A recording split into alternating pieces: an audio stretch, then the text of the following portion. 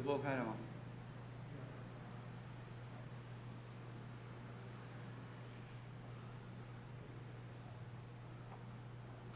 好，各位弟兄姐妹平安。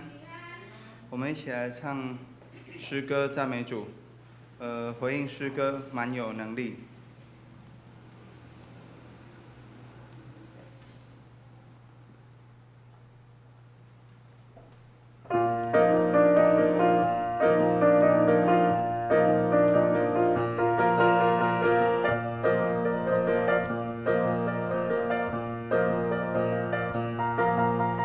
我的盼望就在耶稣基督里，在你里面满有平安，生命泉源就在耶稣基督里，有主在我里面活着。我宣告，在我里面的比世上一切更有能力。我不属这世界，我高举耶稣的名。我宣告，在我里面有活水涌流，满有能力。有耶稣在我里面活着，我勇敢站立。有主在我里面，没有惧怕能战胜仇敌。有主在我里面，没有惧怕能战胜仇敌。我宣告，在我里面的比世上一切更有能力。我不属这世界，我高举耶稣的名。我宣告，在我里面有永流满有能力。有耶稣在我里面活着，我勇敢站立。有耶稣在我里面活着，我勇敢站立。有耶稣在我里面活着，我勇敢站立。好，我们的散会诗歌，你是我生命的亮光。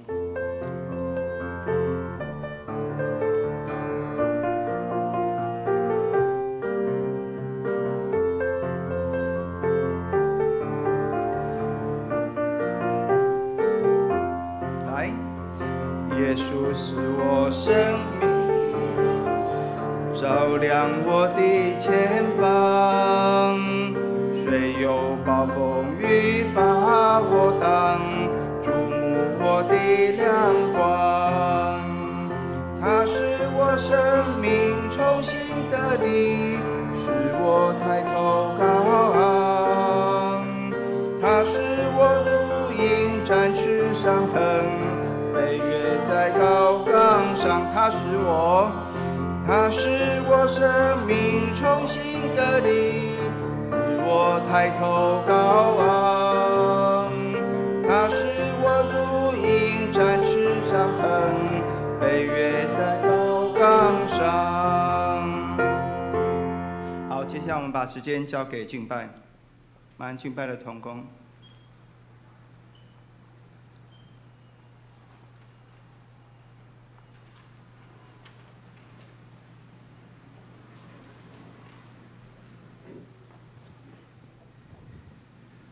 今天天气很好，前几天有点热，听说接下来这个礼拜会热到跟夏天一样，这2天是最舒服的天气。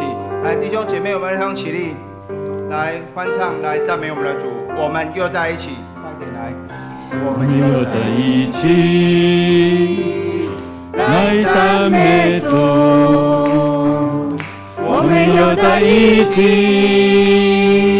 同心合意。美好事必定要成就，美好事已显明。我们又在一起，来赞美主。来，我们的同歌再一遍，大声一点哦。我们又在一起，来主，我们又在一起，同心合意，美好事必定要成就，美好事与生命，我们又在一起，来赞美主，我们又在一起，来赞美主，我们又在一起，同心合意，美好事必定要成就，美好事与生命，我们又在一起，来赞美主。来，准备了，准备了，那个美好的事要来喽，那个赶快把姿势准备好。把你的两手举高，准备承接从天上而来的主要带给我们的最大的祝福。来，将天敞开，你的荣耀降下来，将天敞开，你的同在降下来，将天敞开，你的荣耀降下来。万国赞美你，你是荣耀君王，天上地下合一敬拜，欢呼耶稣基督圣洁羔羊，荣耀归于你，天上地下在永恒里敬拜，哈利路亚。哈利路亚！神就在这里，我们欢迎你，让一切焦点转向你。神就在这里，我们欢迎你，宝座前敬拜不停息。神就在这里，神就在这里，我们欢迎你，让一切焦点转向你。神就在这里，我们欢迎你，宝座前敬拜不停息。来了来了，将天敞开。将天敞开，你的荣耀降下来，将天敞开，你的同在降下来，将天敞开，你的荣耀降下来，万国赞美你，你是荣耀君王，天上地下合一敬拜，欢呼耶稣基督圣洁羔羊，荣耀归于你，天上地下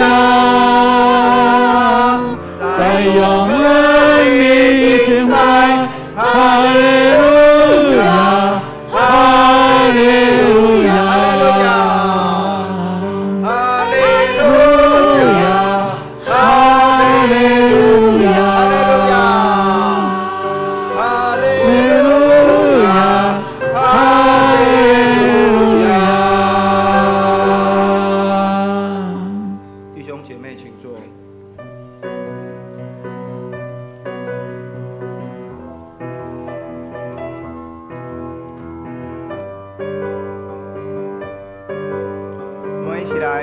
赞美敬拜我们的主，我们敬拜你，和平之君，我们称颂你，明亮的晨星，我们仰望你，再来的王，我们仰望你。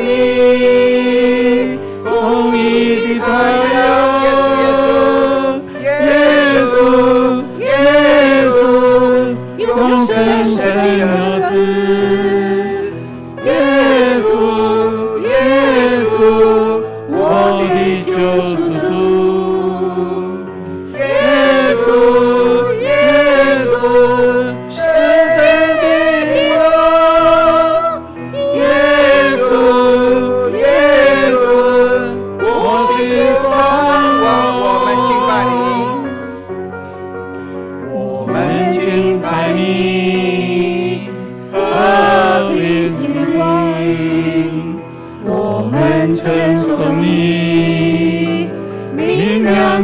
珍惜，我们等候你，在爱的王，我们仰望你，公义的羔羊，耶稣，永生神的子，耶稣，我的救赎主，耶稣，是谁的光？耶稣，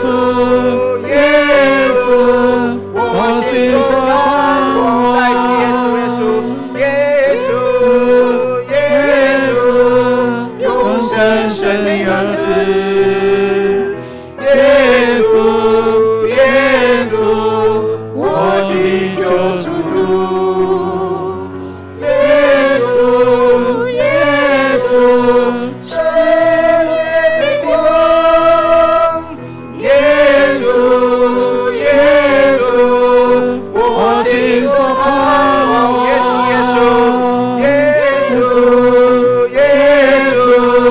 永生神的儿子，耶稣，我的救赎主，耶稣，世界的光，耶稣，我心所盼望。亲爱的主耶稣，我们谢谢你，谢谢你召集我们在这边聚集，谢谢你召集我们在这边一起敬拜你。因为有主你的引导，因为有主你的爱，才让我们有机会在这边一同聚集，一起在这边赞美你。主啊，我们也希望这样的聚集，这样的赞美，不只是在我们，也能够把我们领受从主你那边来的爱，能够分享到每一个主你所爱的人，不管他们认识或不认识你。就像在江天敞开那一首诗歌里面，主你所跟我们分享的，天开了，没有一个人可以躲得掉。主你的福分，我们没有哪一个人是可以避得开的。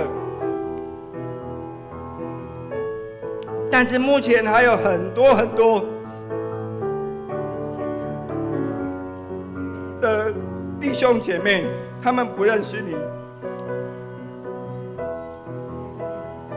求主能够保守，能够带领，能够应允我们，能够有好的行为，不只是我们很欢欣鼓舞的在这边领受主你给我们的福分，也能够让我们将主你给我们的福分，能够跟其他更多的人一起来分享。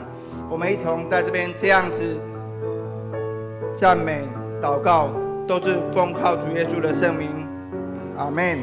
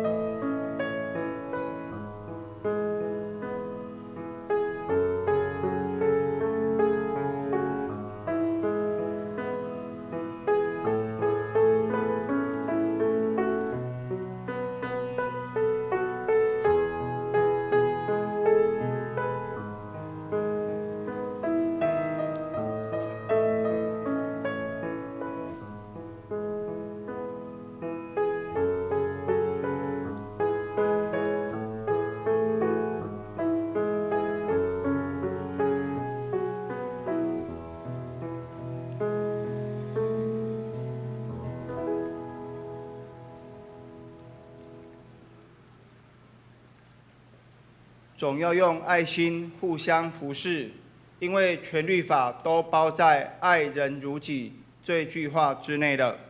各位弟兄姐妹平安，我们一起同心来祷告。爱我们的阿爸父神，我们谢谢你，谢谢你创造我们这个美好的世界，谢谢你召集了我们，谢谢你选了我们，让我们成为你最宝贝的儿女，让我们可以同在主的家里，领受主你从天降来给我们的祝福跟各样的恩惠。主啊，我们再一次的感谢你。今天是我们台南神学院的纪念主日，我们在这里要再一次的提醒我们弟兄姐妹来重视我们的传道人的培育的这个工作。主啊，在这个世界上有诸多的不如意，好比像前一阵子在土耳其叙利亚所发生的大地震，好比已经打了1年多的乌克兰以及苏俄之间的战争，也造成了许多地方的饥饿跟灾荒，让很多的人生活变得流离失所，让我们顿时生活产生了多的困难。主啊，你教导我们的爱，你赐给我们的爱，让我们知道我们在这诸多的地方都要去彰显我们对这些我们所认识、我们所不认识、主所爱他们的这些人。主啊，在我们的台南神学院，一样有诸多的传道人在那边受造就，他们预备做神各样的事工，也需要我们弟兄姐妹为这件事情的奉献跟摆上。同在我们这边做礼拜的这个时间，我们在2楼的主日学教室，我们也在举行亲师座谈会。我们是希望在我们的小小的小孩，就给他们好的信仰，就给他们好的教导，让我们有更多的家长、更多的同工、更多的老师在这当中一起来造就我们的小孩，一起让他们来学习怎么样去将主的爱广传出去。主啊，主啊，在我们现在正在做礼拜的同时，还有一部分的弟兄姐妹，他们可能因为事务的关系，没有办法来到我们教会当中跟我们一起聚集，也求主你的灵能够再一次的警醒他们，让他们知道这个时间是分别为圣，是属于主的，应该要安静下来与主相聚。主啊，我们将今天我们全部的礼拜、全部的服事都交托奉献在主的面前。我们这样祷告，都是奉靠主耶稣的圣名，阿们。我们一起来听从主的话语，记载在圣经。今天我们要看的经节是罗马书第12章9到14节。罗马书第12章9到14节。好，弟兄姐妹好，准备好，我这边来宣读，弟兄姐妹恭敬聆听。好，第9节，爱人不可虚假，恶要厌恶，善要亲近。第10节，爱弟兄要彼此亲爱，要彼此亲热，恭敬人要彼此推让。第11节，殷勤不可懒惰，要心里火热，常常服侍主。第12节，在指望中要喜乐，在患难中要忍耐，祷告要恒切。第13节，圣徒缺乏要帮补，客要一味的款待。第14节，逼迫你们的要给他们祝福，只要祝福，不可咒诅。以上。今天是台南神学院的奉献主日，很高兴中会安排了百家教会的邱牧师到我们教会来跟我们一起分享信息。今天邱牧师要跟我们分享的信息是爱的彰显。爱的彰显，我们把时间交给邱牧师。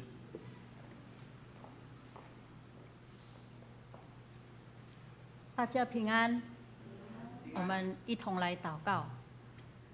天父，我们再一次的恭敬，把第2堂的礼拜交托在你的手中。主，我们愿意用谦卑的心来领受你的话。主啊，我们也愿意用温柔的心，把你的话栽种在我们的心里，使我们的信仰是向下扎根，向上结果，是有根有基的。谢谢主，以下的时间仰望交托，愿主你祝福带领，祷告奉主耶稣基督的名求，阿们。诚如刚刚世会长老所说的，我今天最主要的目的就是代表台南神学院来这个地方请安希望你们透过你们的代祷、你们的金钱的奉献，支持台南神学院的事工，因为台南神学院是培育未来在教会的传道人的一个地方，它就好像是一个工厂专门的培养这些年轻人，以后将来被神使用也希望泸州教会，如果你们有被感动的，或者是愿意回应神的呼召也可以到台南神学院那个地方来就读。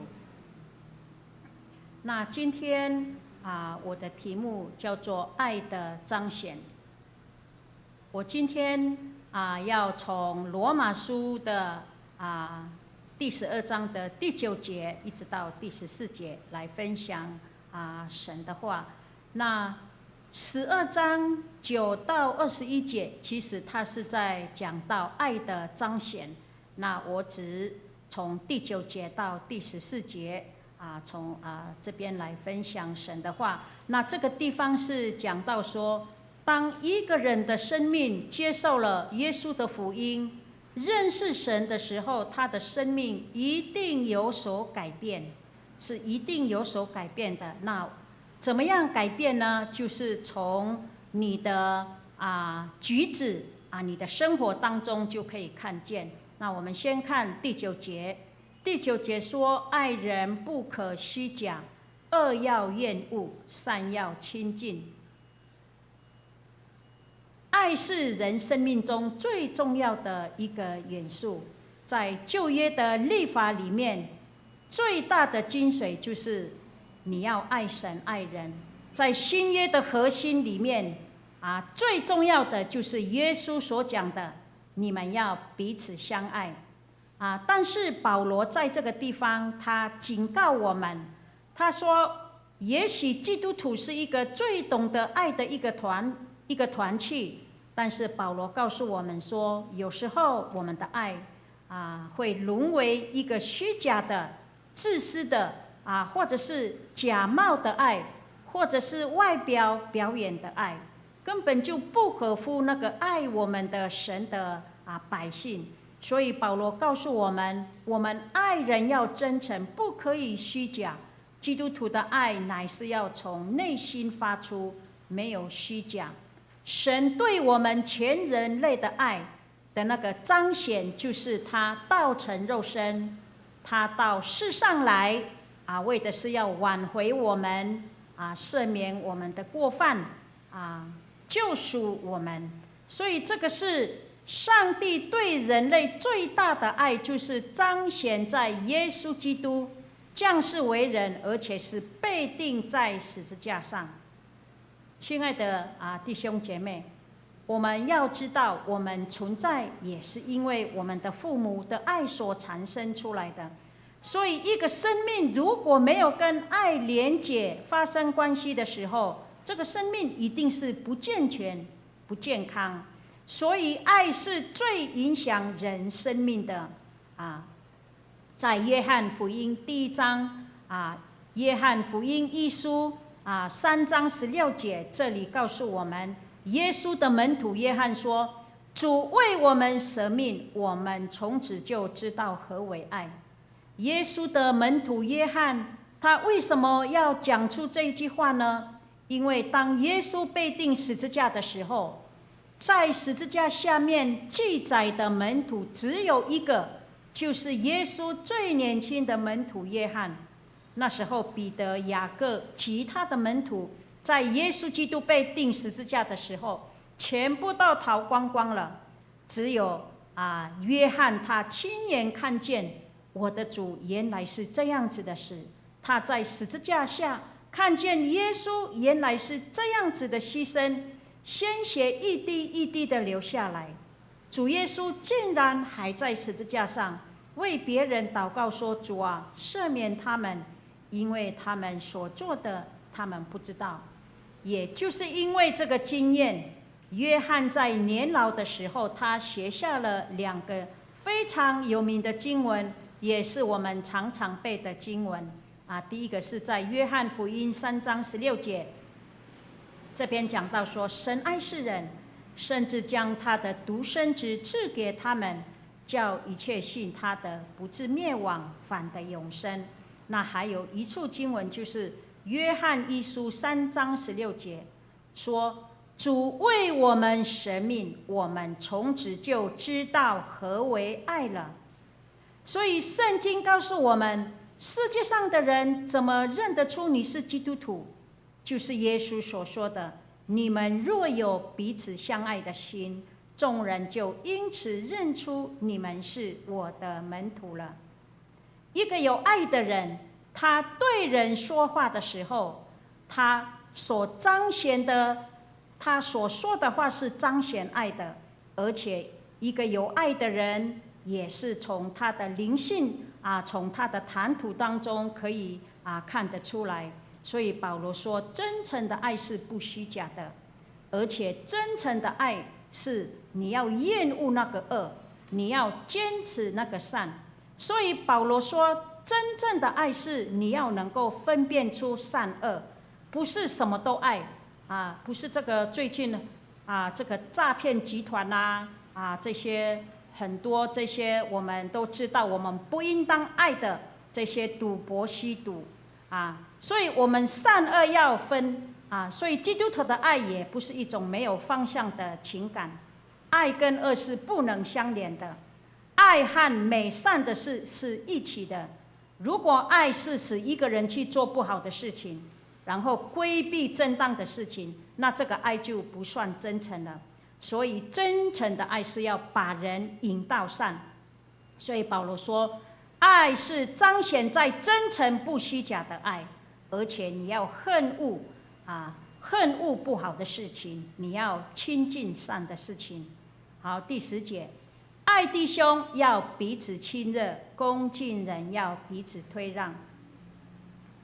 早期的教会保罗在这边所反映的就是在初代的教会初代的基督徒，他们把教会理解为是一个延伸的一个家庭。那大家来到这个家庭的时候在里面彼此亲热彼此推让。但是我们也知道，如果你不把别人当作是一个可以恭敬的，你就不可能推让假如说你处处跟别人比较处处嫉妒别人的时候，你也不可能恭敬推让。因为推让就是你要自己谦卑自己，让别人得着尊荣。保罗在腓立比书也告诉我们说，要看别人比自己强看别人的时候，你要看他是比我有恩赐的他是比我有能力的我们是不是如此来看待别人？还是我们是存着骄傲的心，或者是我们是存着轻视别人的心，忽略别人？圣经告诉我们，当你顾念别人的时候，上帝也会顾念你。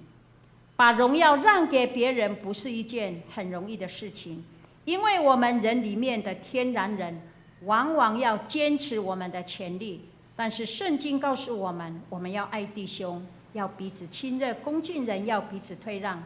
我们要看对方是一个宝贵的人，是一个有尊严的人，是一个有价值的人，我们要把对方把人看作是一个值得被珍惜的。第11节，殷勤不可懒惰，要心里火热，常常服侍主。这边告诉我们，服侍有3种的态度：第一个，你要殷勤；第二个，你要火热；第三个，你要经常不断的来服侍上帝。我感谢赞美神我的孩子也都是年轻人了，因为我们也是住在泸州，那我们的教会就在甘州街甘州街那个地方，所以我们你看，我的老公刘牧师，我，然后2个儿子，我们4台摩托车，我们每个礼拜天我们都会各自骑摩托车到教会。那我的刘牧师，我的老公他是8点，我们礼拜是10点，但是他8点就已经去教会了啊。今天更早，7点25就已经到教会了。那我呢，我是9点，那我的孩子在后面。那如果孩子睡觉，我们也不会叫他起来，我们就是要让他自己，因为信仰是你要自发性的跟随神。你不能说，起来了要礼拜了，所以我们的孩子如果睡觉，我们也不理他。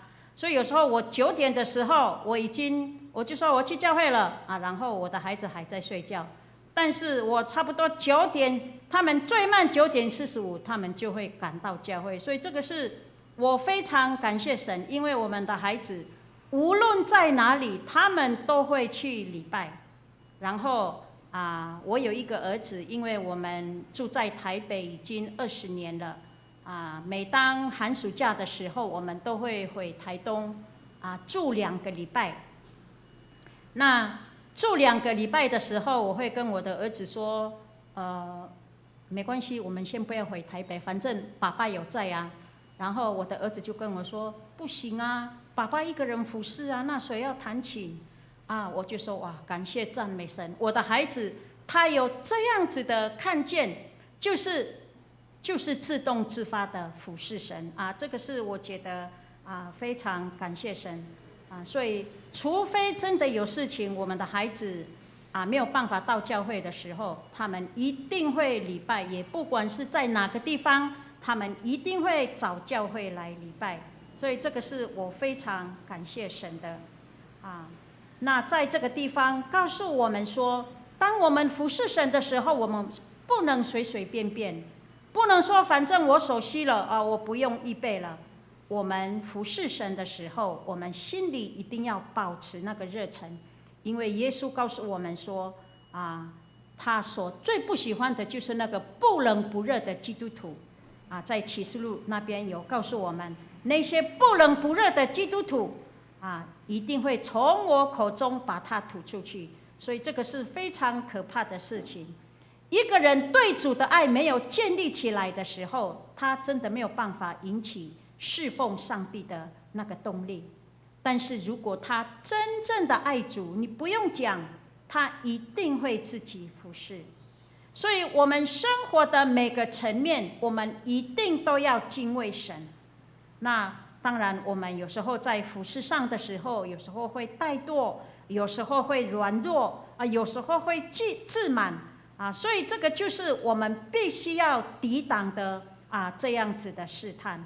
所以保罗鼓励我们要保持向主强烈而且又带着热忱的那种委身的服侍，而那个热忱是因为圣灵在我们里面做成的，而不是你以自我为中心的那种所展现的热心。我最怕在教会里面有弟兄姐妹非常的热心，但是他没有读圣经，也没有祷告。那这种的热心是很可怕的，因为他是以自我为中心，用他的热心来服侍上帝的时候这个是非常危险的。所以我们来到上帝的面前，我们是要谦卑的服侍，因为我们所服侍的是那个买赎我们的主耶稣基督，所以我们一定要谦卑的来服侍，而且是带着热忱。第12节，在指望中要喜乐，在患难中要忍耐，祷告要恒切。盼望坚忍祷告，这个是很自然的伙伴。那保罗说我们在指望中要喜乐，因为我们不是凭空盼望。为什么说我们在指望中要喜乐呢？因为我们不是凭空的来盼望，我们基督徒的盼望一定是建立在神所给我们的应许，就是神所给我们的他的话语上面。如果我们的盼望跟上帝的应许没有关系的时候，那我们就是无的放矢，没有真正的目标，好像打空气一样。所以我们的盼望要跟神的应许接连在一起，而且我们在盼望当中，我们不是愁眉苦脸，我们乃是要喜乐。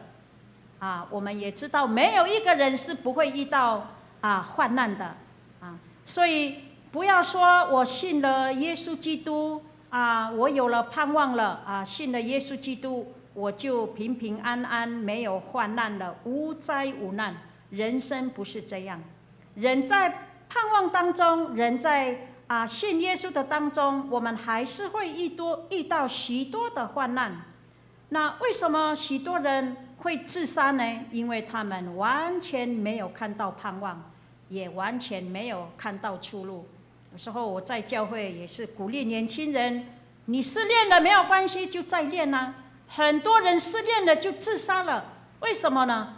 因为他不认识神，他完全没有看到盼望，他完全没有看到出路，跌倒了就再站起来。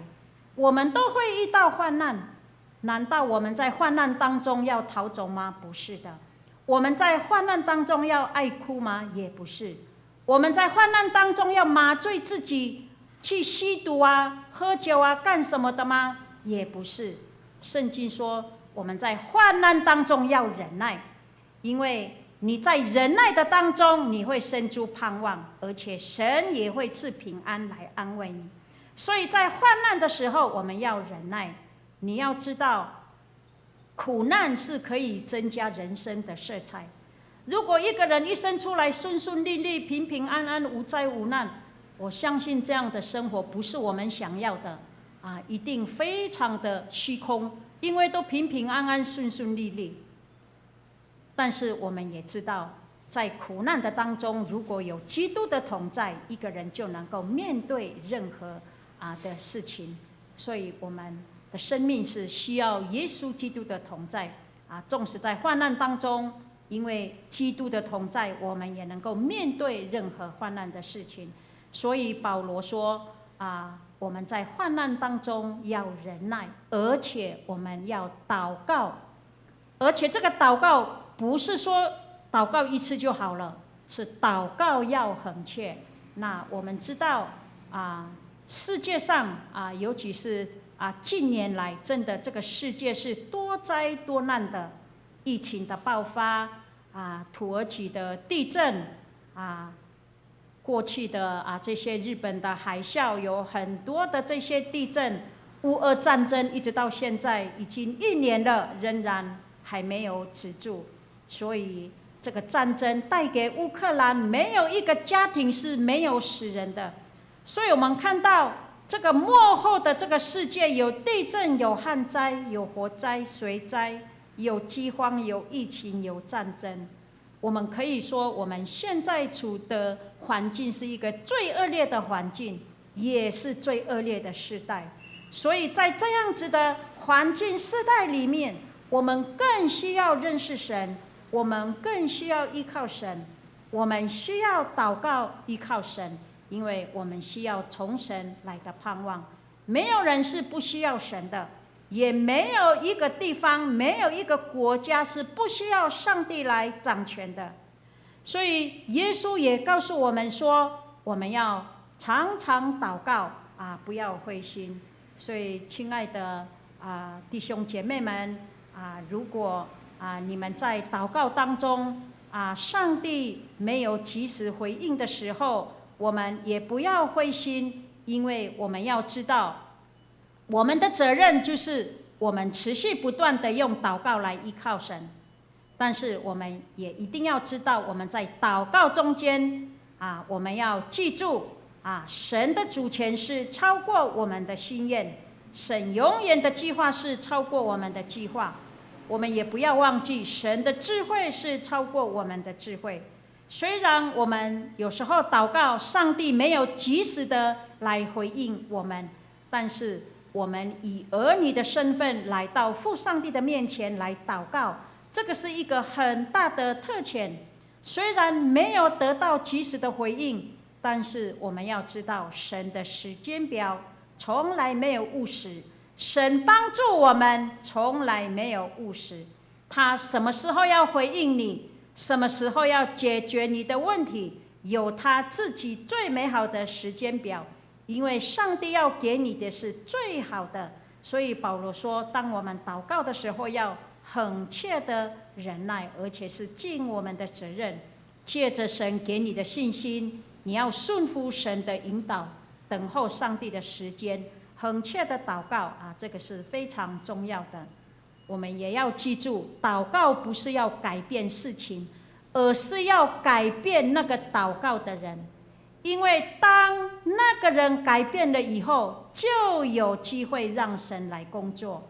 亲爱的弟兄姐妹，保罗说我们要恳切的祷告。那我们是否有时候让每一天过去，或者是让每一周过去，却没有与上帝讲过一句话？每一天过去了，每一周过去了，却没有跟上帝祷告过，没有跟上帝讲过一句话。一个人如果停止祷告了，他一定会失去上帝的力量。如果一个人坚持说我不需要上帝，我只要靠着我自己的才能，我的能力，你不用惊奇，他的人生有一天一定会瘫毁。因为我们生命的一切都要与神发生关联，我们所有的一切都要与神有关系。你依靠自己的时候，至终你会发现你的生命是空虚无望，是枯竭的。第13节告诉我们说，圣徒缺乏要帮补，客要一味的款待。今天是台南神学院的纪念的日子我们也可以透过这样的日子来帮补台南神学院他们在事工上的缺乏在金钱上需要协助的时候这个时候就是我们帮补的一个最好的一个机会。爱没有分享出去的时候，这个爱永远没有办法完整。生命没有分享出去的时候，也不可能满足。所以我们不要以为说我们越保留，我们就越有越丰满。因为从属灵的生命原则来看，你越为自己保留，你的生命其实是越贫穷的。你越分享你生命的时候，其实你是越丰盛的。一个只顾自己的人永远是贫穷的人，一个常常照顾别人需要的人，他的生命一定活泼起来丰盛起来。当你照顾别人的时候，当你关心别人的时候，当你知道别人有困难，你同情他们，你为他们祷告的时候，上帝就会使你脱离你自己的困境。这个是我们从约伯记的记载里面所看到的一个原理。在约伯记的最后一章，这边讲到约伯为他的3个朋友祷告，上帝就拯救约伯脱离他的困境。但是请你注意，当约伯为他的3个朋友祷告的时候，那时候约伯自己满身还是那个疮，约伯的妻子也离开他了，约伯的10个孩子也都死光光埋葬了，所以他可以算是一个孤独老人。但是圣经说他为朋友祷告的时候，上帝就开始拯救他了。在这个地方有一个原理，就是帮助人这个先后的问题。所以你要明白，当你先照顾别人的时候，神一定也会先照顾你。你爱别人的时候，神也会把加倍的爱还给你。在列王记第17章这边有一个故事，就是神吩咐一个寡妇说，你要供养那个以利亚。所以当以利亚看到撒勒法的寡妇的时候呢，他就跟这个寡妇说，我从基利溪旁到这里来，请你给我水喝，给我饼吃。可是这个撒勒法也是这个寡妇非常的煎熬心里也作难，因为他知道，如果我把我仅剩一点点的食物给这个以利亚吃的时候，那怎么办？我孩子怎么办？那岂不是我给你吃了，那我跟孩子怎么办？岂不是我们都要死了？但是这个寡妇她知道来的这个人是神人，他是上帝的先知，所以当他到厨房的时候他真的是只看到面粉剩下一点点，油也剩下一点点。但是圣经怎么说呢？圣经说他就煮了给这个以利亚吃，而且这个寡妇说：算了，我今天如果死就死了死了就算了吧。这个就是先照顾别人。当这个寡妇先照顾别人的时候，她回头去看，原来面粉还在，油还在。她再给以利亚吃，这个面粉那个油还在。每一次吃完了，他的厨房里面的这些器皿都还有面粉，都还有那个油。为什么呢？因为神行神迹，这个就是生命的分享，这个就是生命丰盛的记号。如果我们没有分享给人的时候，我们就一直为自己，那我们永远就没有办法维持我们原有的生活。耶稣说：为自己保留生命的，就要失去生命；为我以福音失去生命的，就要得着生命。所以保罗告诉我们，客要一味的款待，这个就表示说，当我们帮助人、款待人的时候是没有分别的。因为在新约的时代，那时候没有像现在一样那么方便，有民宿可以住，有饭店可以住，所以在当时候的旅馆没有那么多，那一般都是在家里面来接待客人。所以这些基督徒有时候是从别的地方来旅游，或者是从别的地方来经商，所以基督徒就要一味的款待。一味的意思不是只有一种味道，一味的原文就是你要追求，追求的意思表示说你要主动的，你要积极的，你要热切的去款待这些人。在摩西的律法里面也是吩咐人要善待那些在你们中间寄居的人。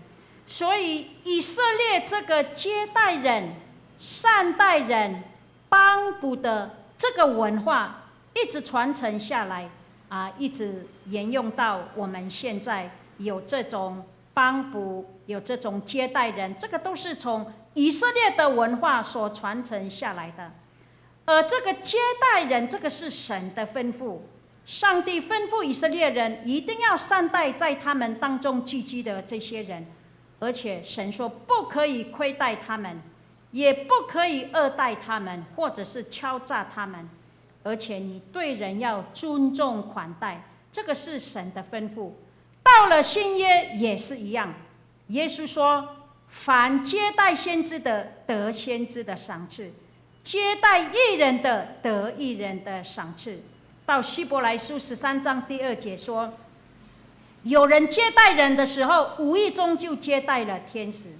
耶稣也是告诉我们，无论你们拿一小杯给这个小子喝，这样子小小的动作是做在我的身上了。所以我们不要以为说我们接待大人物是我们的荣耀。主说，那个最穷的、最不出名的、最没有地位的、最没有什么特别荣耀的人，你对他好的时候，就是对我好。第14节，逼迫你们的，你们要给他们祝福，只要祝福，不可咒诅。保罗说，人逼迫你的时候，你要祝福他。人可以达到这样的境界吗？我们知道保罗他是一个神学家，他是一个律法家，而且他是从小就是有虔诚信仰，而且是有传统信仰长大的一个小孩，而且他是青年知识分子的楷模。他一生出来是按照摩西的律法，第8天他受割礼，所以他是从小遵循律法。12岁的时候，他就加入会堂，成为律法之子。长大的时候，他是在最顶尖的大学念律法，而且他当时候的老师就是最顶尖的教授，就是加马列，他做他的学生。那加马列是当时最伟大的一个律法师，用现在的话来说，就是教授中的教授。所以保罗不是一个简单的人物，他是一个出身非常名门的这样子的年轻人，而且是严格训练出来的人。但是他是一面研究上帝的律法，然后一面恨恶别人。请问我们是不是也是这样？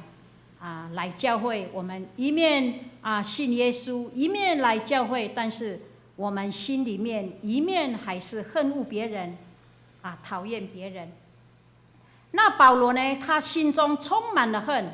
他当时候，因为他是一个非常热心的侍奉上帝，所以他就想，如果跟我不一样的宗教，我要消灭他；跟我不一样的观念，我一定要抵挡他，而且我要控告他，我要把他捆绑关在监牢里面但是如果我们看耶稣的生平，耶稣在十字架上的时候呢，他说什么？耶稣说：“父啊，赦免他们，因为他们所做的，他们不知道。”人把耶稣钉死在十字架上，但是耶稣是求上帝来赦免他。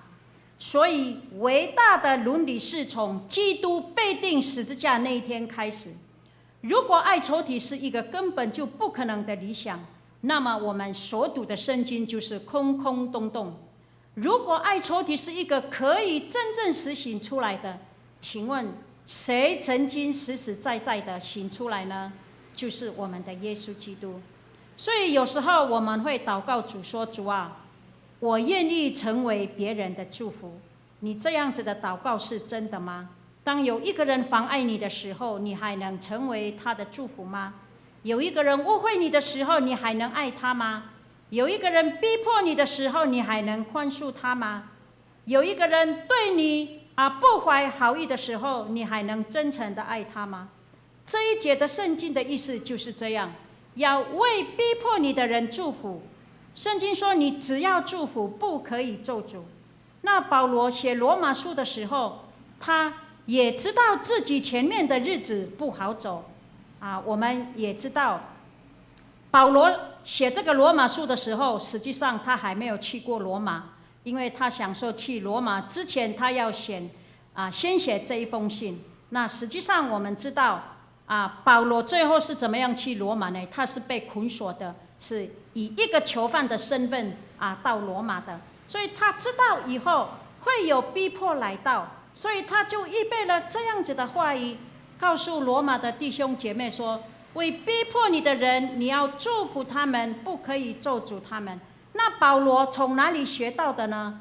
保罗是从耶稣的身上学到的。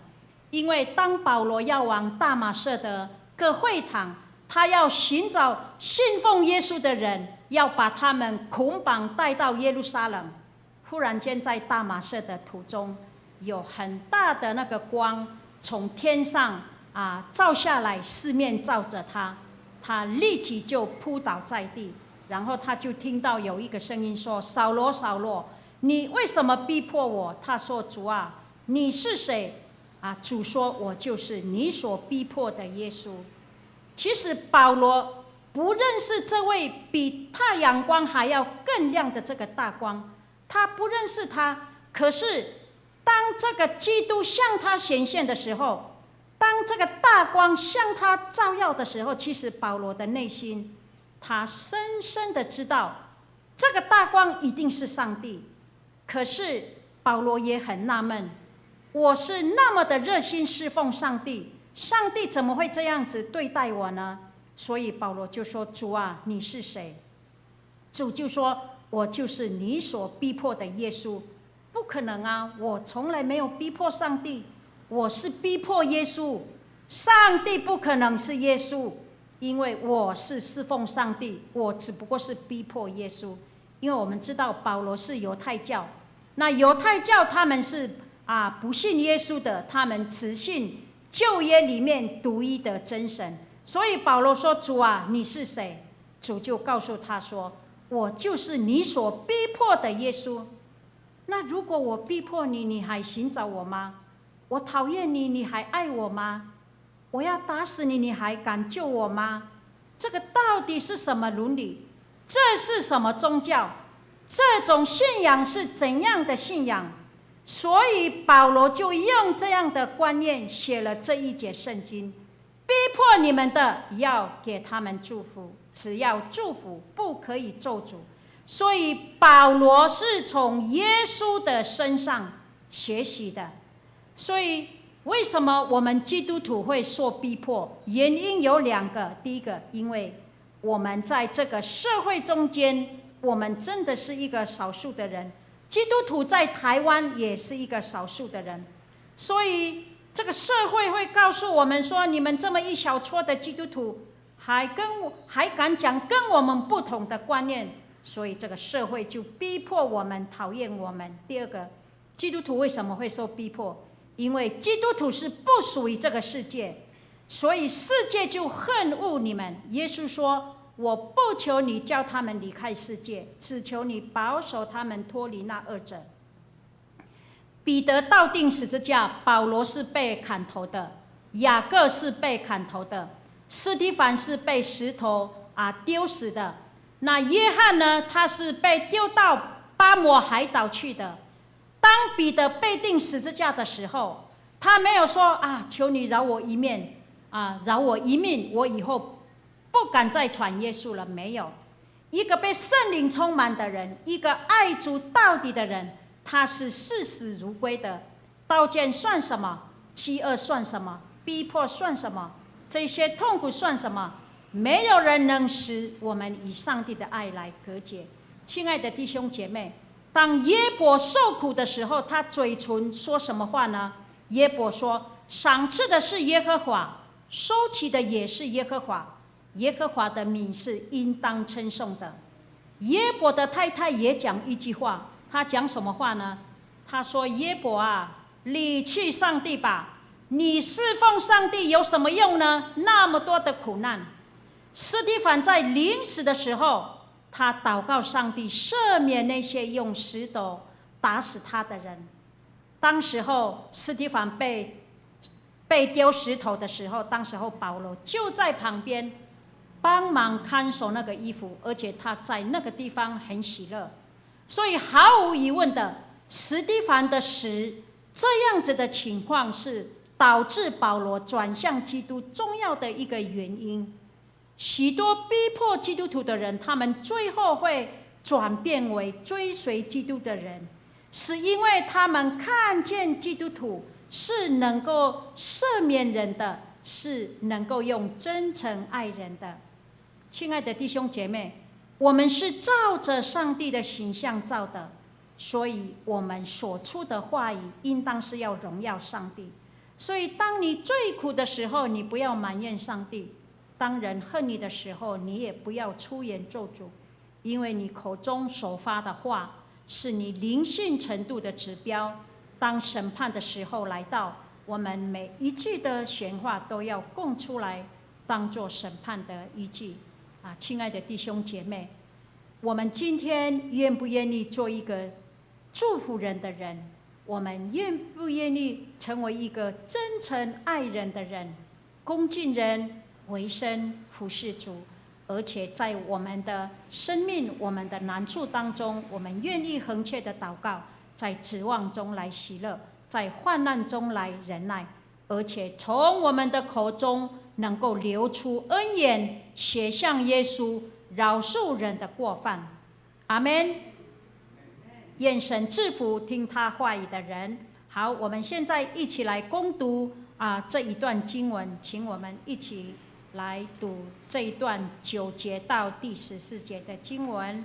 爱人情，爱人不可虚假，恶要厌恶，善要亲近，爱弟兄要彼此亲热，恭敬人要彼此推让，殷勤不可懒惰，要心里火热，常常服侍主，在指望中要喜乐，在患难中要忍耐，祷告要恒切，圣徒缺乏要帮扶，客要一味的款待，逼迫你们的要给他们祝福，只要祝福，不可咒诅。我们一起低头来祷告。是的，主啊，帮助我们从今天开始的这一周，主啊，帮助我们能够真诚的爱人，而且也帮助我们能够来亲近善，帮助我们学习尊重人，也帮助我们在教会服事的时候，我们是充满热忱、充满火热，而且经常不断的愿意来到你的面前侍奉你。主啊，帮助我们在指望中喜乐，在我们患难的环境当中，我们愿意忍耐，因为我们的盼望是从你而来。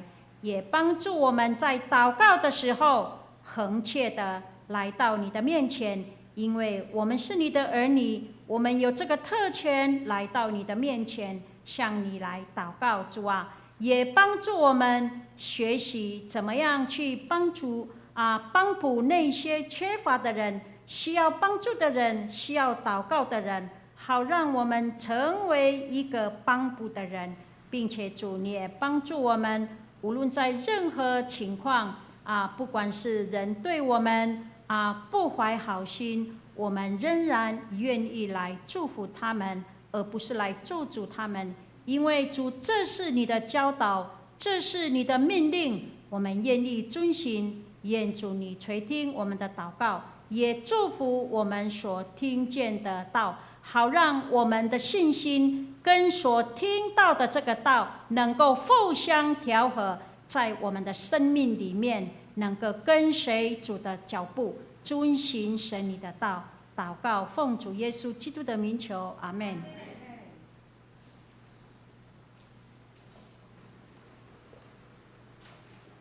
好，谢谢邱牧师用非常丰盛的信息，使徒保罗的话语来提醒我们，也勉励我们。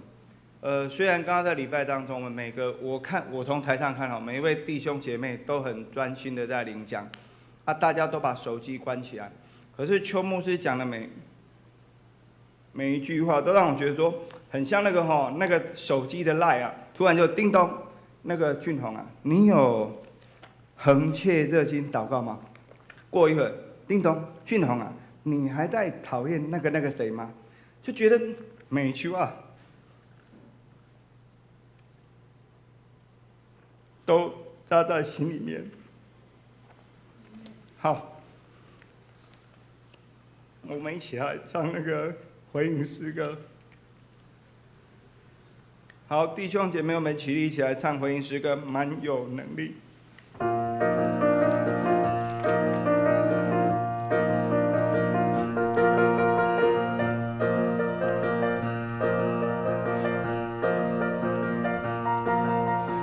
我的盼望就在基督里，在你里面满有平安，生命泉源就在耶稣基督里，有主在我里面活着。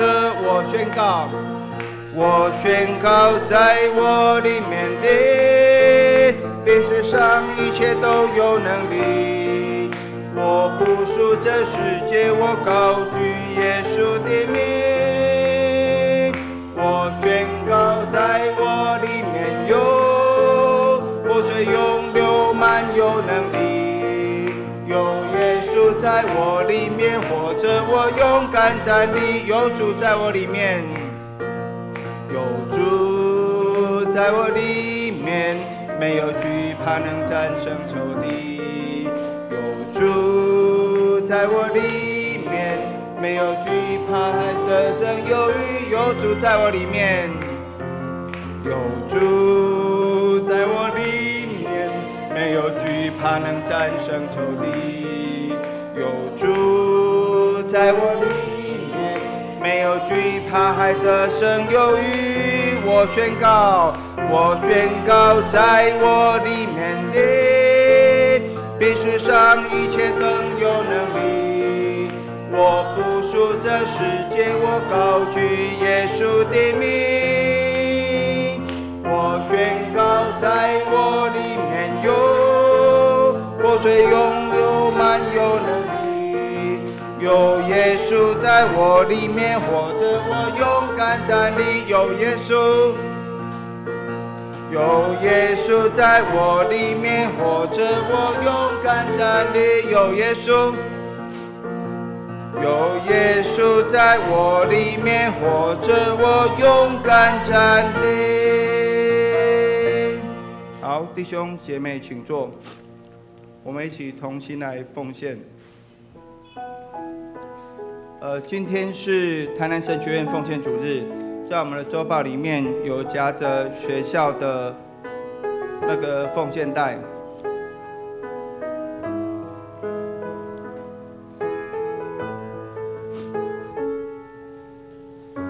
神学院在神学教育、在教牧的培训以及校训的整建上面，还有图书馆藏书的扩充等相关的事工，都很需要弟兄姐妹的关心带导。然后最近神学院也不只是在教牧的培训，包括平信徒的造就课程，他们也有在办理。好，我们一同起立。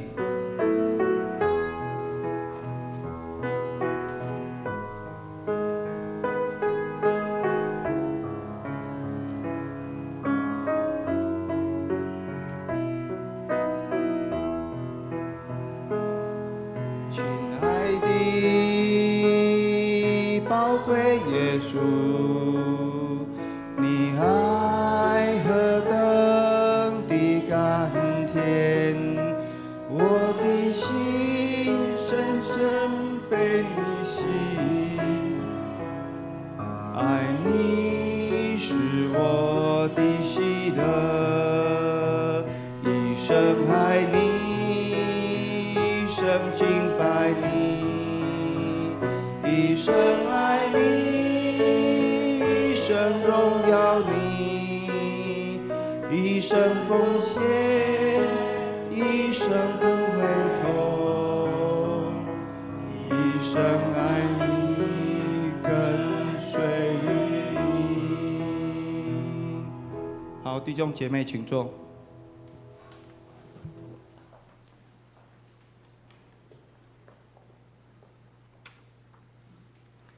接着，我们一起来读今天的金句，在我们周报的正面下面。好，华语的部分我们一起来读2次。来，爱弟兄要彼此亲热，恭敬人要彼此退让。罗马书第12章第10节，我们再来一次。爱弟兄要彼此亲热，恭敬人要彼此退让。罗马书第12章10节。好，接下来我这边来做教会事工的报告。那在还没报告开始之前，我代表教会，我们谢谢邱牧师。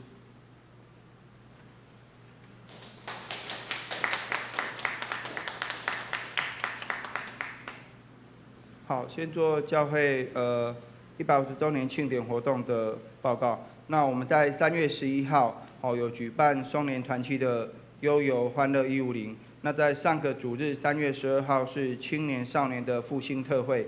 好，那我们预计在6月18号礼拜天下午要举办我们社教150周年的感恩礼拜。那在9月10号也是主日的下午要举办社教150周年社区分享的音乐会。也希望我们的弟兄姐妹能够为这些事工一起来关心代祷跟服事。那第二件事情，今天是台南神学院的奉献主日，那学校派那个百家教会的邱牧师到我们当中来跟我们一起分享信息。那除了男神需要帮助之外，百家教会弟兄姐妹知道百家在哪里吗？刚刚牧师有讲在甘州街嘛，甘州街在哪边？在那个大道城的后面。因为目前百家教会是在那个女子神学院嘛，在女子神学院那边做礼拜这样子。那为什么叫做百家？因为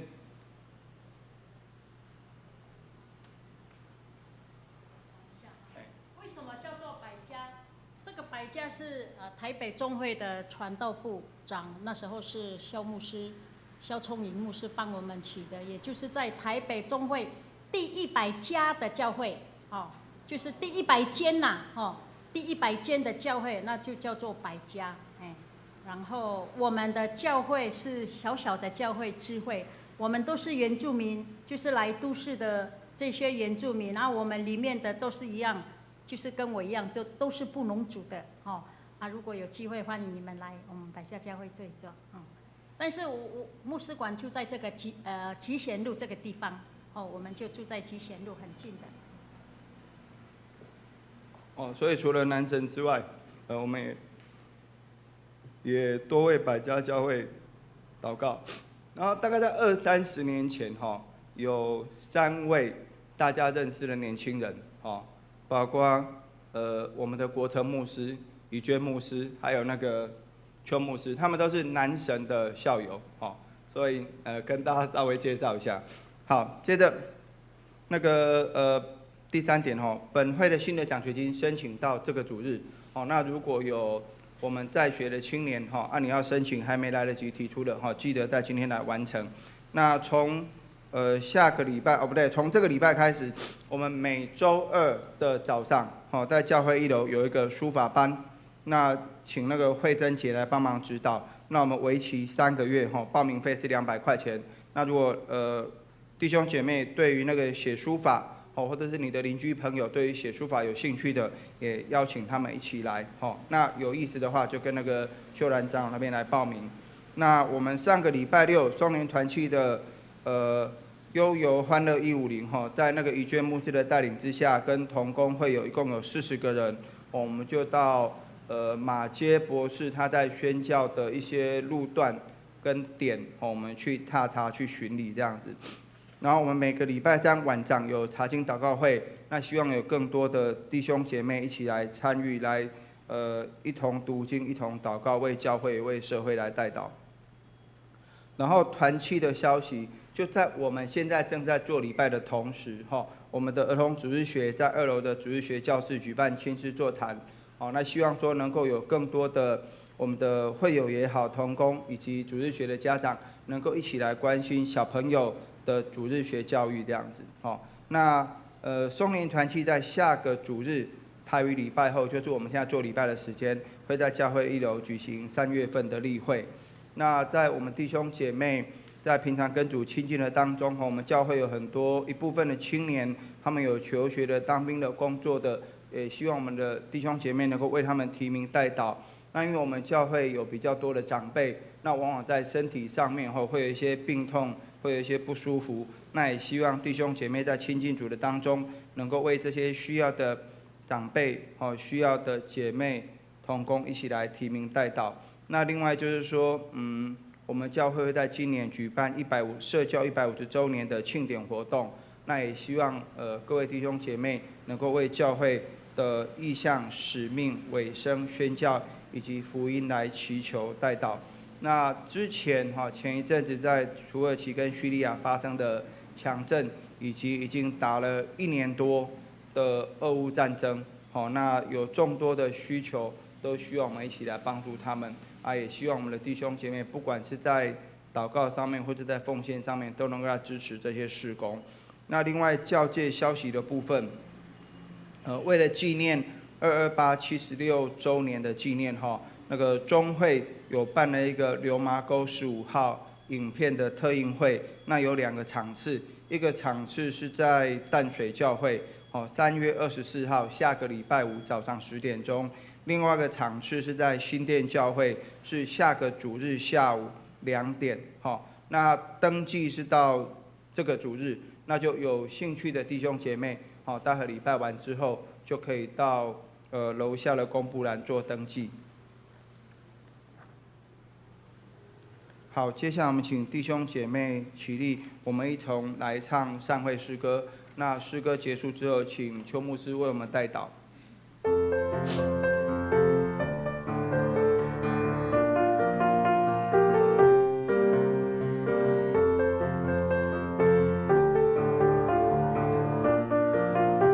耶稣来，耶稣是我生命的亮光，照亮我的前方。虽有暴风雨把我挡，主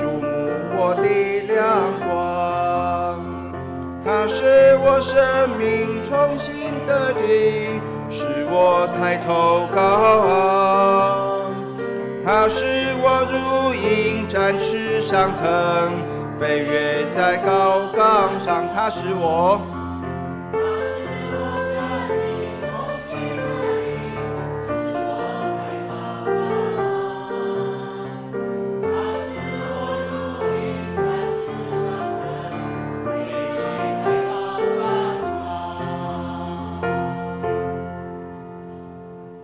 愿耶和华赐福你，保护你；愿耶和华光照你，赐恩给你；愿耶和华向你扬脸，赐平安给你。从今时直到永永远远，阿们。